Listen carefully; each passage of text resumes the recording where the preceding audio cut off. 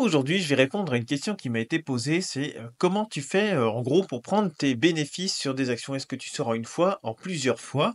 Alors, on va regarder ça. Il y a plein de façons de faire. Je vais vous en démontrer quelques-unes avec des graphiques de façon à vous faire une idée sur vos prises de bénéfices. C'est parti. Bon, je vais vous prendre 6 ou 7 exemples pour faire, voir un peu comment des fois je, traite mes positions. Donc, il y a du français, il y a aussi de l'étranger dedans. Alors, on va regarder ça. Alors, Broadcom, j'avais, pris mes bénéfices, l'année dernière de mémoire, ouais, c'est sur le mois de décembre, j'avais pris mes bénéfices, suite à une grosse montée. Donc en gros, j'étais, sur Broadcom, plutôt sur du, court terme pour jouer, le mouvement haussier et la belle tendance. Donc plutôt court terme, donc ce sera format, journalier, mais des fois aussi on peut le voir en format mensuel et donc j'ai revendu, vous voyez, il y avait une belle tendance, hein. J'avais gardé plusieurs mois et puis d'un coup, quand il y a une bougie comme ça, qui fait, plus, 50 quasiment là sur un mois, voilà, on a 55 sur un mois, avec, des indices qui sont enfin, une action qui est, largement en surachat, il y a un PER qui était complètement déconnant et bien, pour moi, c'était une zone de prise de bénéfice. Donc là, j'avais coupé, toute ma position avec un gain de 70. Donc j'ai revendu sur les 240 €. Et je suis pas ressorti au plus haut, mais pas loin. Coup de bol aussi, hein, parce que ça aurait pu très bien beaucoup plus monter. Mais 240 pardon, je trouvais ça pas mal pour vendre. Après bon, il y a eu le coup de Trump, l'action a reperdu, 45 derrière, pour ensuite se reprendre, de, 70 ouais. Mais bon, on est toujours en dessous des niveaux, que j'avais, enfin de ma vente et j'ai évité tout ça. Alors, une chose à retenir, de ce trade-là, donc c'était un trade, plutôt court terme, hein, donc c'est-à-dire que quand je vois des gros gaps comme ça d'ouverture, énormes, voilà, sur plusieurs jours, eh bien, pour moi, c'est des zones de prise de bénéfice. Par exemple, là, on avait un RSI qui était sur les 80, vous voyez, largement suracheté, c'est monté en ligne droite. Ici, il y a eu des super annonces. Eh bien, moi, j'ai pris, voilà, sur les 240, j'ai fait une plus-value de 70. Donc là, c'était, très bien. Est-ce que je regrette d'avoir, pris mon gain? Non, même si ça remonte plus après, puisque c'était un trade de, court terme. Donc c'était pas un trade de moyen long terme. Si j'étais rentré sur du moyen long terme, ben, si vous rentrez là, bah, après vous essayez de prendre la tendance, mais le début de tendance, il était là, hein. Il était, clairement aux environs de 2023 ici, avec un plus, 310. Là, c'était plus, 270. Ça reste une très belle entreprise, mais là, ça veut dire que potentiellement vous rentrez, avec un train, qui est peut-être déjà parti depuis longtemps.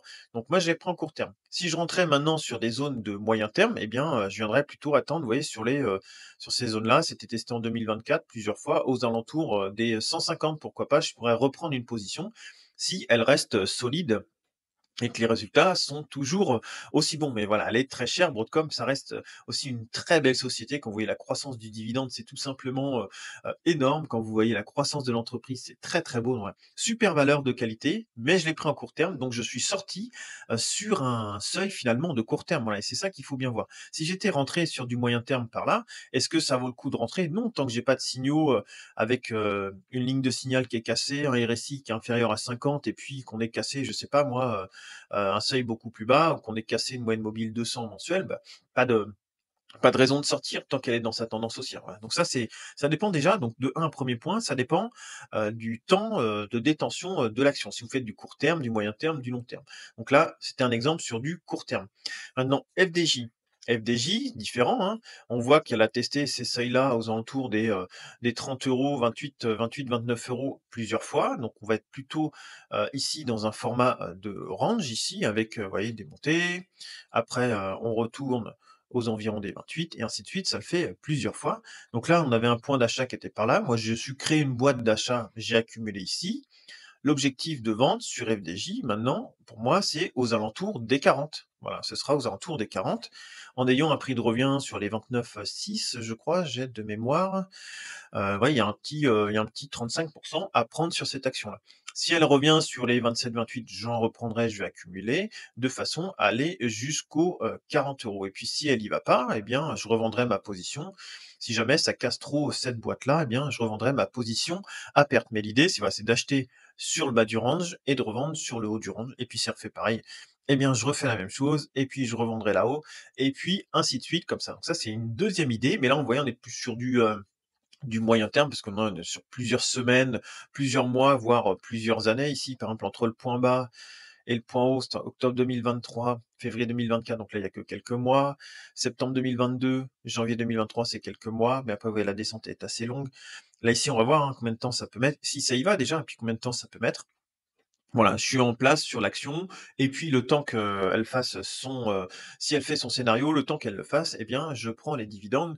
Voilà, je trouve que ça fait 6 ou 7 de dividendes, donc c'est toujours, bon à prendre en attendant de réaliser, nos 35 de performance sur le scénario. Donc là, scénario, vous voyez, de range plutôt court, moyen terme, quoi. LVMH, donc ça, on va prendre, j'en parle des fois, c'est un trade que j'ai raté puisque ça rate aussi des fois et c'est là où c'est intéressant. Donc c'était un trade, de court terme. J'étais rentré sur les 695 € ici. Vous voyez, on avait repris, plutôt une belle tendance depuis, les 560. Là, on avait repris, un RSI positif, on avait repris la ligne de signal sur la MACD, on avait repris la moyenne mobile 200. Puis je dis: «Bon tiens, je vais tenter» et dans l'objectif que j'avais, c'était d'aller chercher, les, 750. Donc j'avais dû rentrer moi, je sais plus par là, je crois, sur les 695 et je voulais, faire une prise de bénéf, sur les 750 puis ce seuil-là sur les 850. J'aurais pris en 2 fois, une partie sur 750 et une partie sur 800. FDJ, j'aurais coupé, je vous ai pas dit, mais je coupe, l'ensemble de la position sur les 40 €. Broadcom, j'ai revendu également, l'ensemble de la position. Donc je sais plus où j'étais rentré, il me semble que j'étais rentré plutôt, par là. Il y avait eu la montée, j'étais rentré après.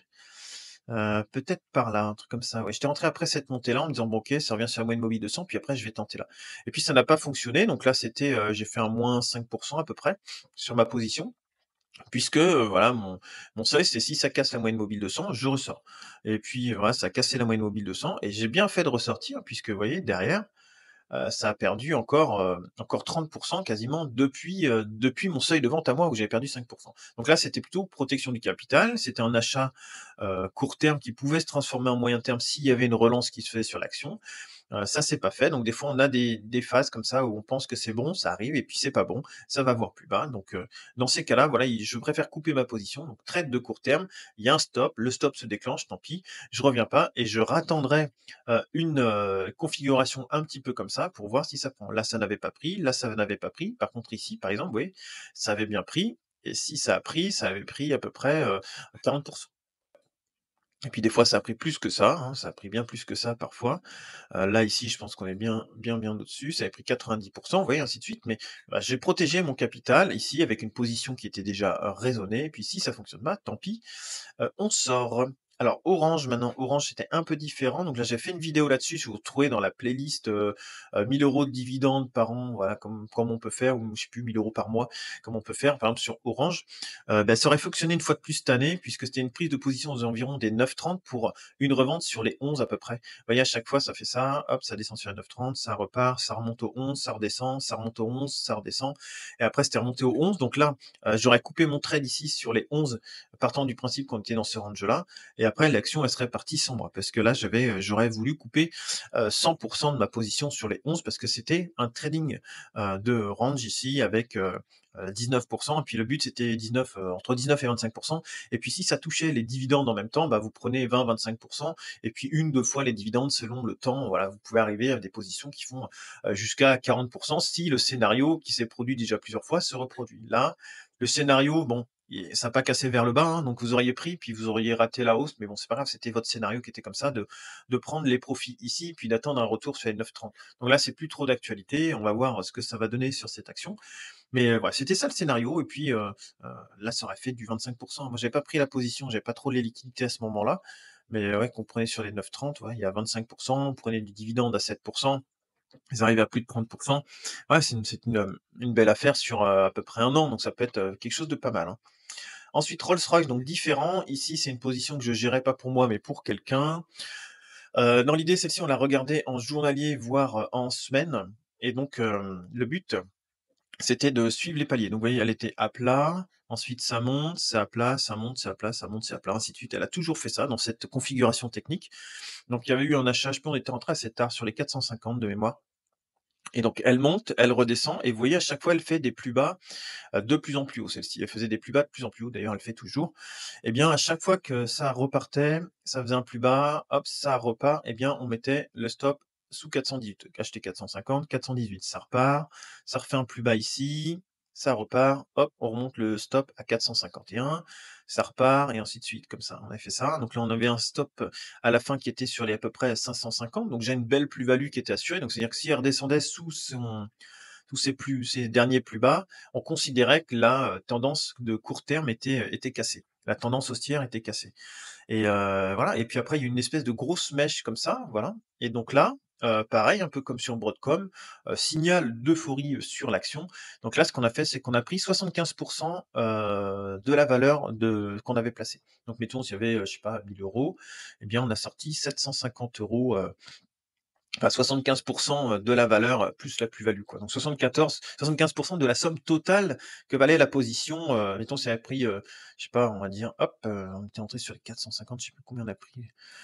Voilà, ça faisait, 65, donc voilà, sur 1000 ça fait 1 650, voilà, on a coupé 75 de 1 650 et les 25 restants, eh bien, on a, conservé, la position avec un stop qui était, je crois, sous les, 600 ou 650, je crois, on avait mis un truc comme ça, 600-650 et puis après, bon, il y a eu, les Trumperies et puis ça avait cassé la tendance, donc là, le stop s'est déclenché, on a pris le reste de nos gains et puis oui, sinon on serait revenu quasiment, on serait toujours en positif, mais voilà, ça on sait jamais ce qui peut se passer, hein, quand c'est grosse panique comme ça. On aurait pu très bien complètement casser la tendance et que ce soit vendeur. Bon là, c'est reparti. Pas de bol, mais maintenant, faut attendre que ça redessine quelque chose et puis à voir si on reprend une position de court terme dessus. Et là, c'est encore une façon différente, c'est un suivi de tendance, à chaque fois des plus bas de plus en plus haut et on décale à chaque fois d'un plus bas pour remonter un seuil à l'ordre de déclenchement. Comme ça, si jamais l'action elle casse sa tendance, eh bien, vous êtes sorti, puis vous avez pu profiter tranquillement de la tendance tant que ça monte. À chaque fois, vous remontez votre stop et plus vous remontez votre stop, plus vous gagnez d'argent et plus vous sécurisez vos gains. Le tout sans couper votre position, parce que là, quand on est comme ça, on sait pas jusqu'où elle pouvait aller, hein. Donc on a acheté à 450, on pouvait pas dire: «Bah non, elle va s'arrêter à 500, 600, 700, 800, 10 000», enfin on sait pas quoi. Et donc là, ça permettait de suivre la tendance tranquillement sur cette action-là. Schneider Electric, donc un peu différent. Schneider Electric, puisque moi j'ai acheté ici, c'est le trait rouge, c'est où j'ai acheté sur les 119-118,54 exactement de prix de revient. Et puis à chaque fois, je vous dis: «Bon, bah, ouais, sur du court terme, c'est pas la plus belle. On a cassé la moyenne mobile 200. Bon, c'est un peu voilà, on voit que la pente, elle est quand même vers le bas. Il faudrait que ça se reprenne ici, mais ça a l'air d'être un peu, cassé au niveau de la tendance de court terme. Par contre, au niveau moyen terme, moi qui suis rentré sur du moyen terme ici, le point de sortie pour moi, ce sera la moyenne mobile 200 parce qu'on voit ici, j'ai acheté aux environs de la moyenne mobile 200 semaines. Ça avait été une fois, 2 fois, 3 fois, ça nous l'a refait une quatrième fois. Si ça revient ici, après, donc je vais prolonger, vous voyez ma moyenne mobile 200, elle va aller à peu près, comme ça, peut-être à se tasser un petit peu parce que les mois sont un petit peu moins beaux, elle va peut-être faire quelque chose comme ça, dans le temps. Ici, il suffit que je revienne, par là, bah, y a pas de problème, hein. Moi, je garde tant que j'ai pas cassé cette tendance-là. Après, on peut même, se fixer, vous voyez, une petite droite de tendance à peu près et puis tant que vous êtes sur la ligne de tendance, bah, il y a pas de problème, oui, c'est un moment, ce sera sur la moyenne mobile 200, plus ou moins, quoi. Plus ou moins si on prolonge un peu. Bah, tant que j'ai pas cassé ça, bah, je sors pas. Pourtant là, c'est vendeur, là, c'est vendeur. Ici, on commence à croiser un petit peu, mais bah, j'ai envie de la laisser travailler, j'ai envie de la laisser vivre. Ah, par contre, si elle casse, vous voyez, bah, entre, le point d'achat là et puis les plus hauts, c'est 130. Si ça casse là, je sors avec, 47 plus les années de dividendes. Ça fait un 50, ce qui est déjà bien. Ça fait déjà une belle position, mais je cède de la performance, mais sans vouloir anticiper le marché. Voilà, j'aurais pu très bien sortir sur une euphorie ici. Mais par contre, c'est plutôt, une tendance de moyen long terme, donc j'ai pas de raison de sortir tant que j'ai pas cassé, pour moi, la moyenne mobile 200. Donc là, pareil, je reste dessus, voilà. Si j'avais été en court terme, ce serait vendu déjà. Court terme, ce serait vendu puisqu'on casse la moyenne mobile 200, le RSI casse, la MACD casse, donc voilà, je serais sorti avec un point d'achat plutôt, qui aurait été par là et puis un point de sortie par là, 43. Mais vous voyez, la configuration, elle est différente. Là, court terme, on casse, on sort. Moyen terme, tant que j'ai pas cassé, je reste dans le train. Ensuite, maintenant, Vicat, donc ça, c'est une position, je suis à peu près à 120 120 de gain dessus et je la vends pas. On va me dire: «Attends, 120 bah ouais, mais si je coupe à 120 et que l'action continue à monter, comment voulez-vous, sur vos actions, je sais pas, faire 200 ou 300 ou 400 dans le temps, si vous coupez tous les 30? Ça, c'est pas possible. Donc Vicat, elle est dans une belle tendance. Regardez, graphiquement, c'est super propre, voilà, il y a pas de problème. Mais j'ai acheté sur les ouais, aux environs des 20-25 € par là. Eh bien, début de tendance par là, c'est reparti. Depuis, la tendance, elle s'est bien mise en place, ça continue à exploser. On voit que c'est super beau, techniquement c'est beau, on est au-dessus de la moyenne mobile 200, le RSI il est bon, c'est en surachat en ce moment, la MACD elle est super belle, voilà, ça peut rester longtemps en surachat, les actions peuvent rester très longtemps ou avoir des petites corrections comme ça, mais ça peut rester très longtemps. Si on prend du Broadcom, elle est souvent en surachat en format semaine. Si je la prends en format mois, regardez, depuis 2014, elle a passé la majeure partie de son temps en surachat, mais voilà, ça fonctionne bien. Alors, on va pas comparer quand même, Vicat à Broadcom, hein, c'est différent, hein. Vicat, c'est du ciment. Broadcom, c'est plutôt de l'électronique, hein, donc c'est pas du tout la même branche, pas du tout le même domaine, mais là, par contre, elle est en tendance. Oui, donc est-ce que je vais couper ma position à 120 sachant qu'elle me rapporte 8 par mois de rendement, 8 par an de rendement, pardon, sur un PEA, voilà, c'est les dividendes, je suis à 8 de rendement. Bon, est-ce que ça vaut le coup de couper ma position? Non, pourquoi? Parce qu'elle est en tendance, voilà. Donc tant qu'elle est dans la tendance, je garde. Par contre, si on commence à casser, des seuils, des niveaux clés où je vois que la tendance, elle commence à s'inverser, là, peut-être que je prendrai mes bénéfices, mais j'ai pas envie, si vous voulez, de couper en me disant: «Bah oui, c'est trop monté», voilà, ça, c'est de l'anticipation et je sais pas ce qu'elle va faire. Je sais pas ce qu'elle va faire. Ce qui est sûr, c'est qu'elle est en tendance haussière. Le graphique nous le dit, elle est en tendance haussière, elle est dans une belle tendance haussière, dans une belle dynamique, on le voit tout le temps. Alors je vais profiter de la belle dynamique tant qu'il y aura la belle dynamique. Je ne sortirai pas au plus haut, ça c'est sûr, parce que voilà, il y a que les menteurs qui sortent au plus haut, ou les chanceux, hein, ça arrive aussi. Mais je ne sortirai pas au plus haut, peut-être que je sortirai même, je sais pas, si ça baisse, je vais peut-être sortir sur les 40 €, auquel cas j'aurais fait entre 25 et 40 €, j'aurais fait une bonne perf, plus les années de dividendes. Voilà, et puis mais si ça continue à monter, bah, écoutez, et que ça continue, ça mettons ça consolide, tu vois, ça monte sur les je dis une bêtise, hein, sur les 60-65, puis que ça consolide après entre les 50-60, je sais pas ce que ça peut faire. Mais que je suis largement au-dessus avec mes plus de 100 et mes 8 de rendement, bah, pourquoi toucher? Pourquoi toucher quand ça marche? Voilà, c'est ça le truc. Donc j'ai pas besoin de toucher, j'y toucherai pas, voilà, et ça, c'est plutôt du trading de tendance de moyen long terme. Voilà, donc ça fait 7 exemples, vous voyez? Donc il y a pas de loi, il y a pas d'exemple type, je dis voilà, je vais faire comme ça ou je vais faire comme ça. Là, des fois, je vais sortir, vous voyez, 75 d'une position. Des fois, je vais sortir d'un coup parce que bah voilà, mon objectif c'était de sortir ma position là à 100% ou 30% de gain, voilà, donc je sortirai là. Après, il peut y avoir du Rolls-Royce comme ça, qui est dans une belle tendance, puis on coupe 75% de la position et puis on met un stop un peu plus bas pour se dire bah ok, on a pris un super gain et puis derrière on la laisse quand même un petit peu vivre et puis si jamais elle nous offre encore de la performance, tant mieux. Par contre, si ça coupe, bah, on sacrifie un peu de performance et puis tant pis pour nous. Ça peut être des choses comme ça. LVMH, vous voyez, c'est du trading raté de court terme, donc là, c'est plutôt couper position dans la perte pour protéger le capital. FDJ, c'est du trading de range. Orange, c'est du trading de range aussi. Voilà, donc ça permet de vous différents exemples. Donc n'hésitez pas à me dire aussi vous comment vous faites sur vos positions. Mais voilà, la plupart du temps, moi, je suis quand même sur de l'investissement, moyen, long terme, hein. Je revends rarement quand même mes positions. Je fais vraiment, quelques petits trucs sur du trading, mais voilà, je suis moins gagnant en trading qu'en investissement, donc je fais plutôt de l'investissement. Mais de temps en temps, j'aime bien, voilà, avoir une toute petite partie de mon capital pour le trading, plutôt pour le jeu, voilà, mais c'est pas ce qui m'enrichit, hein. Voilà, bon, j'espère que ça vous a aidé, pour vos prises de décision ou ça pourra vous aider, pour vos prises de décision, sur les différentes actions. Après, quand je fais des trades comme ça, sur la chaîne, eh bien, ce qu'on fera, c'est que, je dévoilerai un petit peu mes stratégies au fur et à mesure. Là, vous avez celles, par exemple, sur Schneider que j'ai encore, sur Vika que j'ai encore, sur FDJ que j'ai, encore. Voilà, c'est des exemples. C'est des positions que j'ai actuellement, donc on les suivra, on verra ce que ça fait, dans le temps. Mais oui, ça fait déjà des semaines, certaines, plusieurs années, déjà que je suis dessus, j'ai aucune raison de les vendre pour certaines, voilà, je profite, c'est dans le vert, autant en profiter. Et puis sinon, bah, n'hésitez pas à me dire ce que vous avez pensé. Est-ce que c'est un peu plus clair pour vous? Est-ce qu'il faut que j'accentue, sur certains points, notamment sur, je sais pas, sur la façon de faire? N'hésitez pas et puis s'il y a besoin, je referai une autre vidéo, pour, vous aider là-dessus, bah, au moins pour vous donner un avis parce que bon, je fais aussi des erreurs. Moi, je suis pas un professionnel, loin de là.